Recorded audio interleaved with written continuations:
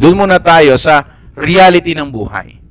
A mentor once told me, kung ano man ang kinalalagyan mo ngayon, ikaw ang namili niyan.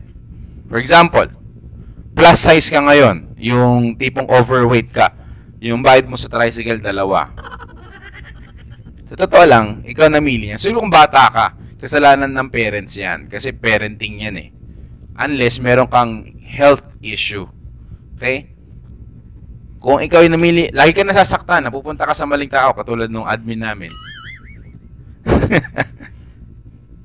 Pag naulit na siya ng 3-4 na beses, ikaw namili niyan. Bakit ganyan ng financial status mo? Ikaw namili niyan. Maraming chance sa buhay mo na sana nag-aral ka ng finances, na sana namili ka ng opportunity na mas dadala sa'yo ng pera. Ganon din sa akin nun. Akala ko tama lahat ng mindset ko, tama lahat ng goal ko, pero hindi pala. Kasi mas pinipili ko mag-enjoy, mas pinipili ko magpahinga, mag-computer. Pero dahil nag-desisyon na tayo, naiiwasan na natin to. Mas madali kasing baguhin yung isang bagay kapag hindi natin sinisisi yung iba. Kasi hindi sa atin eh. Walang ownership eh. You cannot change some people's mistakes. Or you're blaming other people because of your situation. Hindi mo mababago yun. Sino may kasalanan, hindi ikaw eh. Pero pag ikaw, kung may control ka, so, yun ang goal natin. Tanggapin mo muna, bakit ganito yung laman ng wallet ko, kasalanan ko. Bakit ganito yung weight ko, kasalanan ko. Bakit wala akong benta, kasalanan ko. Dahil pag kasalanan mo, kaya mo siyang baguhin. Hindi ka maghihintay ng ibang tao, hindi ka maghihintay ng himala para mabago yung sitwasyon mo. Kasi, consequences yan eh. Parang yung sin. Sabi ng ibang tao, pinaparusahan tayo ng Diyos. Sa tingin ko lang to, hindi pa ito yung parusa. Kasi dahil sa sobrang great ng Diyos, mighty God, pag pinarusahan tayo, abo na agad tayo, hindi pa yung parusa. Nangyari yung buhay natin ngayon, consequences yan ng mga actions and also decisions natin. But there's a good thing. Pwede nating mabago yan. Kung sisimulan natin sa ownership. Wala kasi nagtuturo ng goal setting eh. Halimbawa, gusto mo mag-sports car. Gusto mo ba talaga yan? Or gusto ng upline mo? Or gusto ng coworker mo? Or dahil gusto mo magyabang? Hindi sa'yo yun. Hindi sa'yo yung goal na yun. Kasi pwede namang ma-maintain lang yung weight mo. Overweight ka. Yan. Hindi obese. Overweight ka. Decision mo yan para gusto mo chubby-hubby ka. Okay yun. Okay lang yun. Goal for it. Basta okay yung body chemistry mo. Kaya lang, kung nagpapapayat ka para may gantihang tao para pag masabi mong pag pumayat ako, huyo ka, it's not your goal. It's someone else's goal na ipinasa mo lang sa sarili mo. So, ikaw namili niyan. We have a choice. Yun ang maganda. Bakit ka-toxic ngayon? Siguro, pinili mo mga kaibigan, toxic din. Now, dun tayo sa mga goal stealers na tinatawag. Reason bakit hindi ka makausad. Reason bakit na-stuck ka ngayon. Ang kagandahan po sa pag-uusapan natin yun, akala mo nakaalis ka na, pero babalik ka pala dito. Hindi to nawawala. It's a lifelong battle. It's a journey. Loser's mentality. Yung tinanggap mo sa sarili mo na, hanggang dito na lang ako. Ang dami ko naririnig na ganyan. Sad to hear this, especially with my relatives, closest friends. Yung, wala, okay na ako eh. I have this friend. Lumaki siya. Sabi niya, hindi na yata ako papayat. Sinukuan niya yung sarili niya. And sabi ko nga, I'm asking permission to be real to you. Hindi ko man masabi sa kanya kasi baka ma-offend ka siya. Dahil may tamang context para sabihin yun. Dahil umattend po kayo ng training at sinabi ko, be open-mind. Hindi ko naman sinabing lahat ng sasabihin ko ay tama. But I'm saying is be open-mind. Pag lagi mong tinanggap yung sitwasyon mo, hindi ka na magbabago. Okay na to, okay itong gantong benta. Okay na to na, okay na yung gantong bahay para hindi na tayo ma-stress. To think na ang stress ay mahalaga. Mahalaga po ang stress ha, yung stretching, yung pressure. Akala kasi natin, I want a stress-free life. No. boring ang walang stress na buhay. Ultimo game, kailangan nila lagyan ng stress. Lagyan nila ng pressure para sumaya. ML. Sunod-sunod yung panalo mo kasi bot lang yung kalaban mo. Walang enjoyment eh. Yung over-stress, yun ang mahirap. Yung tremendous pressure, yun yung mahirap. Kaya tayo nagkakaroon ng losers mentality. Gusto natin maging madali yung bagay. Gusto natin lahat madali, lahat makuha natin. Kaya ayaw nating magbago, ayaw nating mangarap ng mataas, ayaw nating i-challenge yung sarili natin. Mali yung perspective natin sa challenges. Mali yung perspective natin sa stress. Mali yung perspective natin sa obstacles. sa pressure. Ito yung natutunan ko. Ano ko lang to? Discovery ko lang to. May sasakyan po ako. Speaking of goal setting, natupad ko na po yung college dream ko na magkaroon ng big bike. Di ko alam kung bakit. Mas stuck lang ng 2 linggo yung big bike. Wala nang hangin. Usually yung back part yung lumalambot eh. So pinayos ko na siya. May singaw pala dun sa pin, sa pito. Napansin ko, gumagana pala ang gulong kapag may pressure. Useless yung gulong kapag walang hangin sa loob, which is tinatawag na tire pressure or PSI. Pag walang hangin yun, di-under yun eh. Ganon din sa buhay. Hindi ka lalago, hindi ka uusad papunta dun sa dream mo kapag walang pressure. Diba? Kaya nga, yung alimbawa may peer pressure, tapos yung pinipressure ka ng mga kaibigan mo na lumago, mag-grow, lumakas, okay sa akin yun. Gusto ko yung mga kaibigan ko na na-challenge ako na mag-excel. Hindi yung peer pressure na kailangan mo mag-yosi, mag-party, mag-wall-wall, ganyan. Hindi eh. So if you have a loser's mentality, ikaw yung okay na yan. Pwede na yan. Huwag na tayo mahirapan. Pero last year, na natutunan ko, habang mahirap yung isang bagay, mas maganda yung result at mas konti yung gumagawa. So if ever whatever you're doing, kami dito sa Chantal, especially sa team ko, kung magre-resign ka or magkukwit ka sa Chantal dahil may nakita ko opportunity, do it. Be better than it. Excel on that.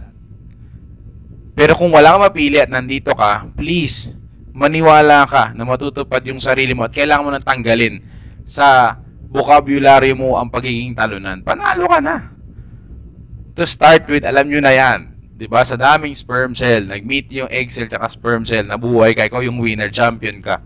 And not everyone umaabot sa edad mo, iba sumusuko na, iba nababaliw na.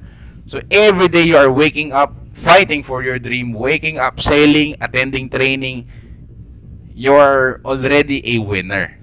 Pero hindi pa champion, kasi champion kada season yan eh. Kasi nagiging champion ka pag nai-hit mo yung goal mo. Yung winner, pwedeng battle lang yan, pero hindi yung war. Again, loser's mentality, another na malalaman nung merong loser's mentality ka, bukod sa tinanggap mo na yung sitwasyon mo, or hindi ka na naniniwala na magbabago ka, ay kung feeling mo, hindi mo deserve yung gusto mo. Yung parang hindi ko naman deserve yung 3-story house. Pero kung titingnan mo yung pamilya mo, 5 kayo magkakapatid. Tapos ang anak mo, 3. Sa tingin ko, deserve mo yung 3-story house. Pangarapin mo yun.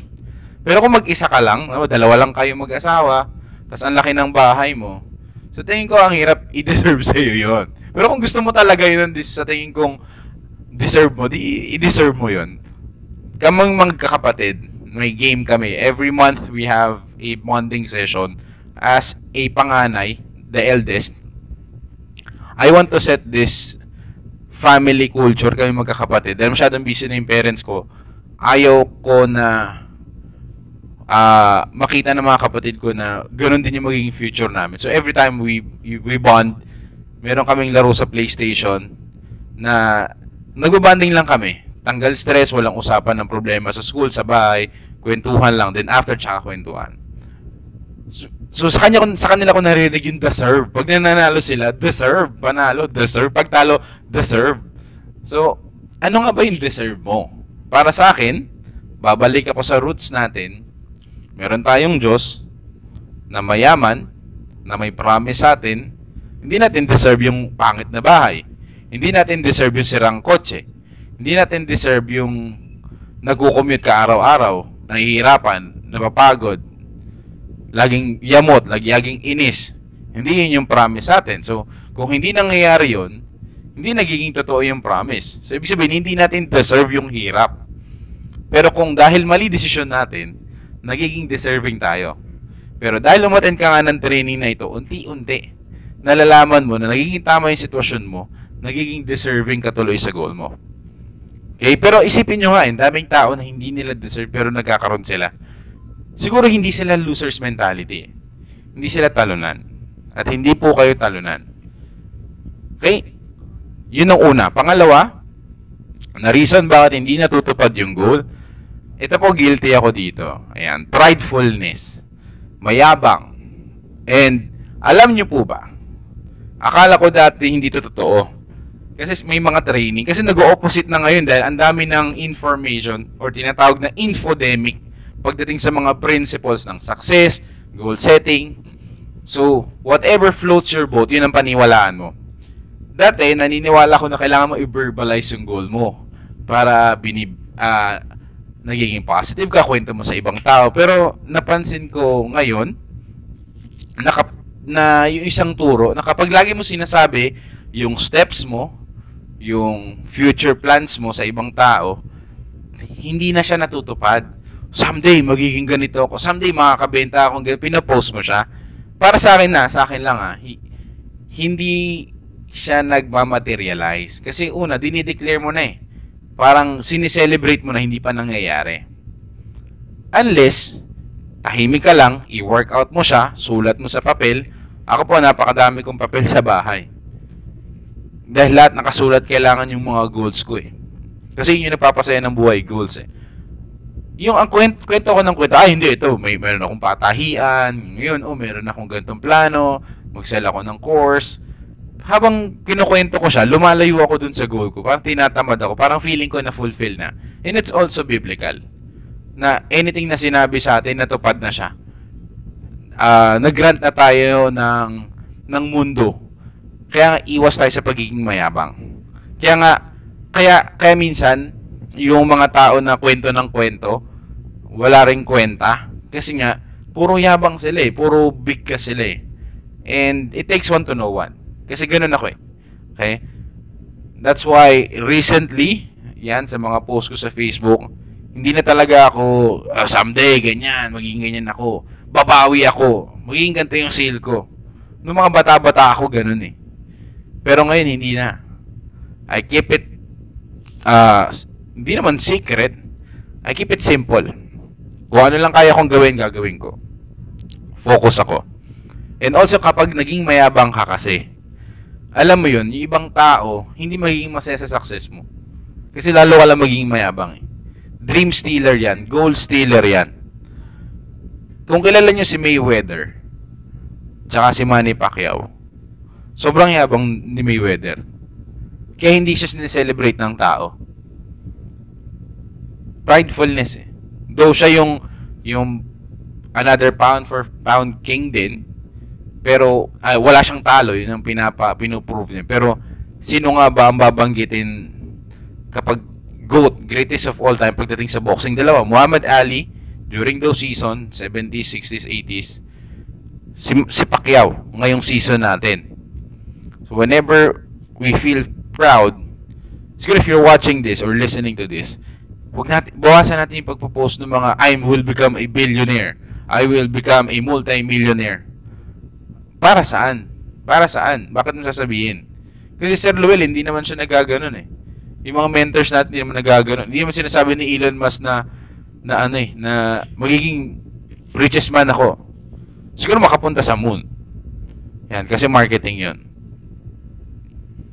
But, when we become prideful, 7 deadly sin yan eh, di ba?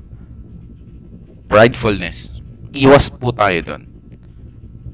For the longest time, binabantayan ko yung attitude. Kasi sa personality namin, yung sa DISC, ayan, influential, ayan, yun yung usually makwento, madaldal, hindi naman intention magyabang dahil makwento, gustong masaya lahat, nakakaisip ng topic, nagiging yabang siya. So if ever you have pride in your heart, let's remove that. Especially kung gusto mong bumili ng bahay para ma-impress yung kapitbahay mo. You're doing it wrong. Kasi kahit magkaroon ka ng palasyo, hindi mo masasatisfy yung mga tao.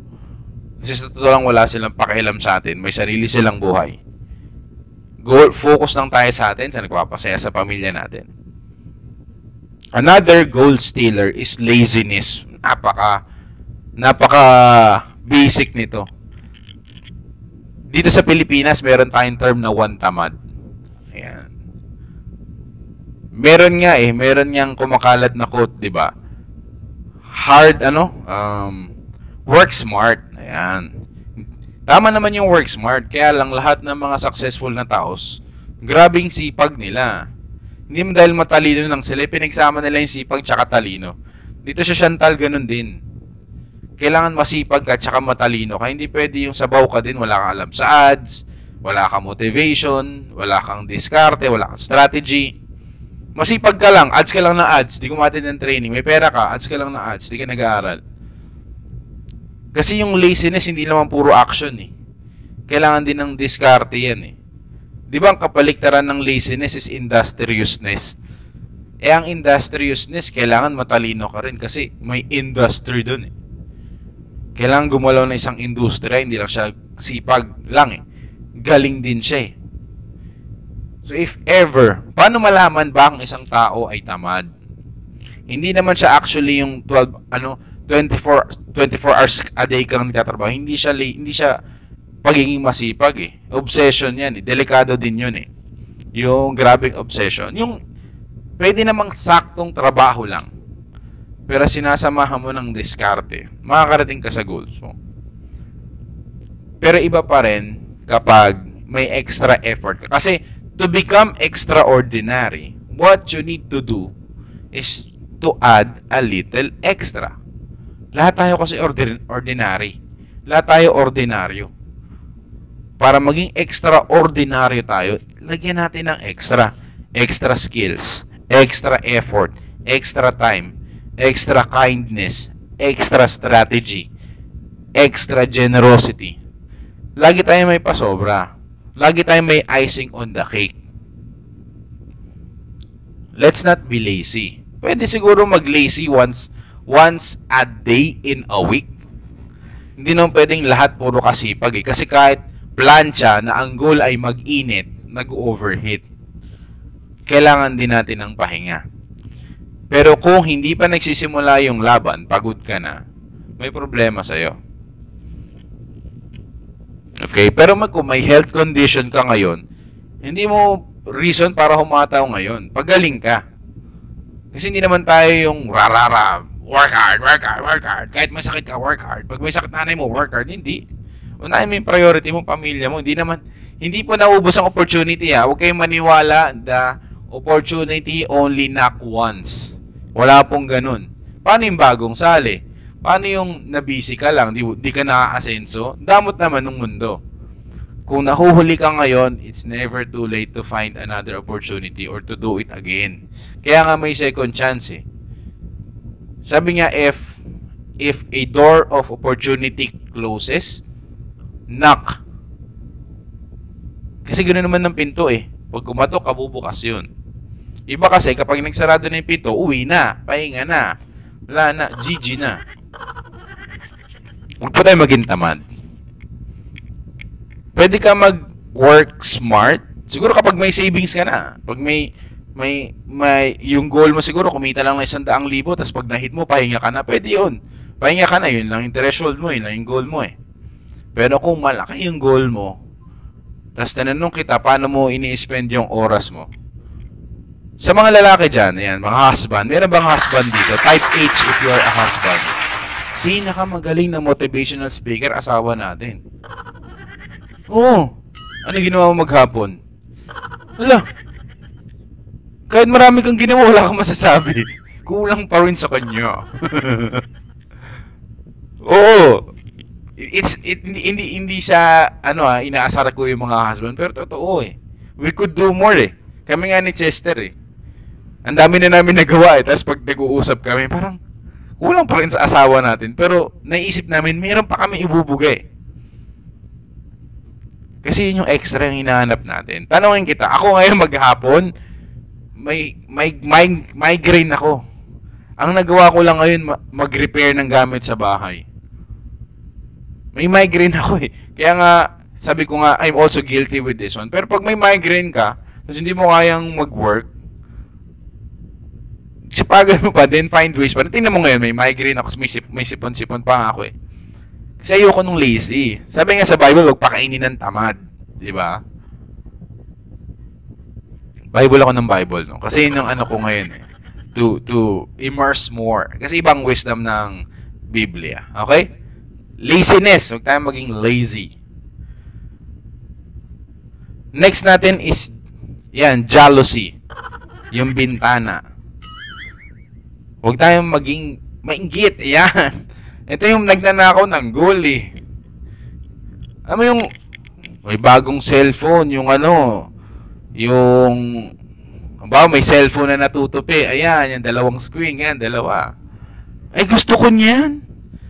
Ay, siya meron. Ay, natutupi yung cellphone, dalawa yung screen. Gusto kong bumili niyan. Tapos di mo naman pala gagamitin. Para saan? Pang flex. Ay, guilty ako na pinlex ko yung cellphone. Whenever we look on other people's blessing, ninanakawan natin yung moment natin para magtrabaho, double time yung sarili. Natatawa ko, bakit ko pala pinakita yung cellphone? Kasi si mami ko, yung binagsak yung nanay. Si mami nagpabili cellphone para daw social siya. Hindi social social. Again, ano lang yun, petty lang naman yun. Siguro, pwedeng i-overlook yung ganun. Ay, ang ganda niyan, bili nga ako. Kasi kung kaya mo naman, bumili ka. Kaya bumili ka. Pero yung for the longest time, naiinggit ka. Kaya nga warning natin din eh. Ako po, sinulat ko yung social media epal na book. Malaking portion doon is huwag tayong maingit sa iba. Don't compare ourselves sa ibang tao. Especially, don't compare our page 10 to someone else's chapter 11. Page 1054. Halimbawa, si Sir Eli. Yan, si Boss Eli. Ang bilis naman niya. 1 month pa lang, director na. Kapag nainggit ka, mali yun. Pero kapag na-inspire ka, tama yun. Make him an inspiration. Sabi ko nga, high school pa lang tayo, nagne-network na yun. Or bago pa lang tayo, matagal na sa networking, ang dami ng pinagdaanan nun. Instead of being jealous, let's be inspired with the result. Kasi kaya naman pala ng 1 year, ay ng 1 month. So, paano ba malalaman kung naiinggit ka? Kapag sinabi mong hindi niya deserve yun. Unless mali unless criminal siya, unless ninakaw niya, hindi niya deserve yun. Kasi mali niya kinuha na eh. Pero pag pinaghirapan niya, tas, wala na, it's jealousy. Kapag jealousy din, kapag, Lord, bakit ako? Wala. Siya meron. Medyo nanalo ng first prize. Raffle yun eh. May luck factor dun eh. Hindi mo pinagdadasal ang raffle at swerte. Kung gusto natin tayo lang, that's jealousy. Pwede naman lahat eh. Hindi ko alam bakit takot na takot yung ibang tao na isipin na pwedeng maging mayaman ang lahat. Kaya lang kasi hindi nagiging mayaman ang lahat. Unang-una, mali yung definition natin ng yaman at akala natin mahirap sila pero sila mismo nayayamanan na sa sarili nila dahil may contentment sila. Jealousy. Balik tayo sa jealousy. Lumalayo ulit ako. Kung nakadefine yung success natin sa nangyayari sa ibang tao at sa gusto ng ibang tao, we're jealous. Kaya minsan, kapag nararamdaman mo sa sarili mo na nag-Facebook ka na lang para makimarites sa kapitbahay mo, sa kamag-anak mo, tapos tinitingnan mo ano na yung sitwasyon ng buhay nila, that's jealousy already. Pinapangunahan mo. Wala, hindi ka nagaganahan ng mag-goal. Kasi nga, kapag sumilip ka sa iba, no, tumingin ka, walang problema yung tumingin ka lang. Pero pag in-stock mo na, binusisi mo na yung buhay nila, wala, hindi ka makakausad. Kaya nga po yung rear view mirror, ang liit lang eh. Mas malaki yung windshield sa kotse. Dahil ganyan lang, side mirror, liit lang eh. Para tingnan mo lang yung mga nasa likod mo, nasa paligid mo.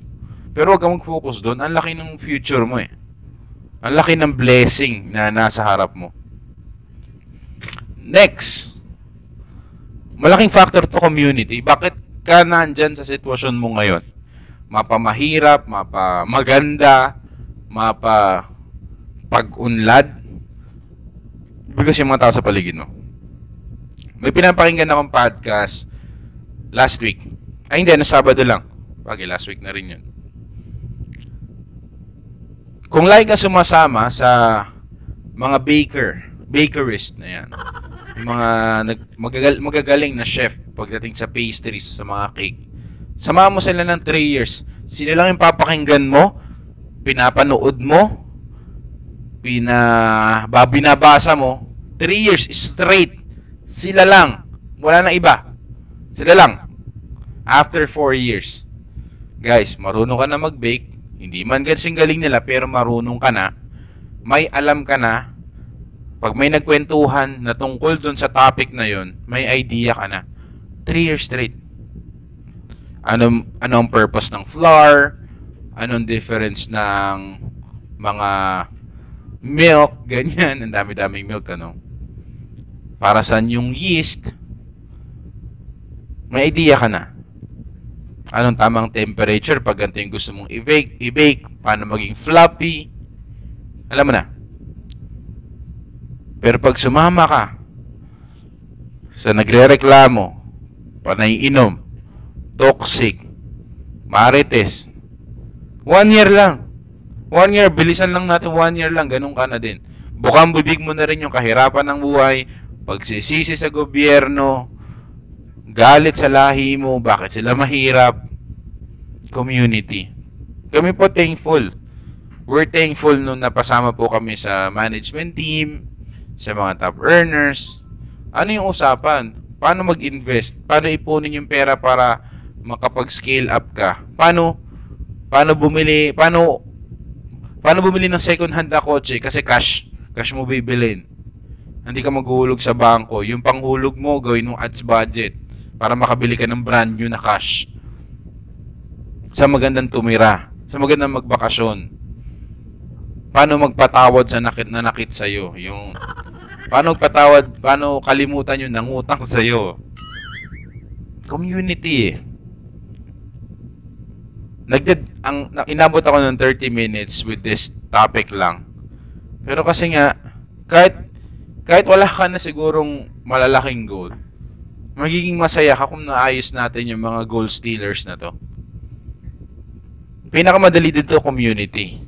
Kasi you have a choice. It's not a personal battle talaga. Lumayo ka lang sa kanila eh. Kung gusto mong huminto mag-yosi, huwag ka sumama sa mga nag-yosi eh.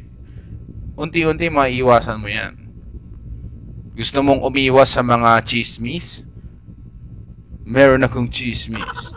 And it's none of your business. Yan. Umiwas ka dun sa mga tao na yun. At sumama ka sa mga taong gusto mong maging katulad mo. Kaya nga maganda nag-gym eh. Hindi dahil hindi mo siya kayang gawin sa bahay, kaya mo. Pwede kang magkaroon ng home gym eh. Pero dahil may community doon na ang gusto ay maging healthy. Yan, maging Instagrammable yung katawan at maging sexy pag sumasayaw sa TikTok. Eh, baka pwede ka doon. Here are some of the goal stealer. Hindi lahat ito lang ang ilan na sa tingin ko pwede nating immediately mabago. Jealousy, laziness, pridefulness, loser's mentality. We can change this.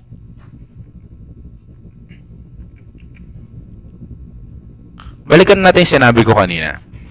Kung ano man ang kinalalagyan mo ngayon, ikaw ang namili niyan. Pero pwede mo itong baguhin kung magsisimula ka ngayon. Nagsimula tayo sa ownership ng pagkakamali natin. Ako, overweight ako ngayon eh. Parang, dati overweight ako ng 5 kilos, naging 7. Nitong Christmas season, Feeling ko, overweight akong 10 kilos eh. Wala nang kasya eh. Large na po ako, dati po akong medium. Pero nag-workout pa ako nun ha. Kaya lang, siyempre, alam natin, season. Hindi mo na pwedeng sisihin dahil nagpasko, nag-New Year, kumain ka ng madami. Sinisi mo yung yung event, ikaw yung may bibig, ikaw yung may kamay. So this time, ayan. Sisihin natin yung sarili natin, pero baguhin natin. Kaya maganda rin yung may New Year's resolution kasi karamihan ng nasa community ay gusto magbago. So if you are overweight right now, dun muna. Ayoko maging politically correct kasi pag kadalasan kasi ng overweight, may tendency ng health concern eh. Madalis man sakit yung tuhod, may gout ka, madali kang hingalin. Again, hindi po madali magpapayat ha. Hindi ka pwedeng pumayat ng 1 kilo per week, delikado yun. Kasi bago ka lumaki, inabot din naman ng taon eh. So taon din yung bibilangin mo para mag-gain ka ng or maging normal yung BMI mo. Now, balik tayo sa overweight.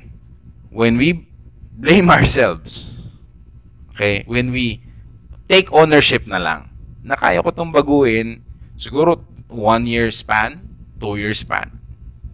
Lifestyle change, pwede nating mabago eh.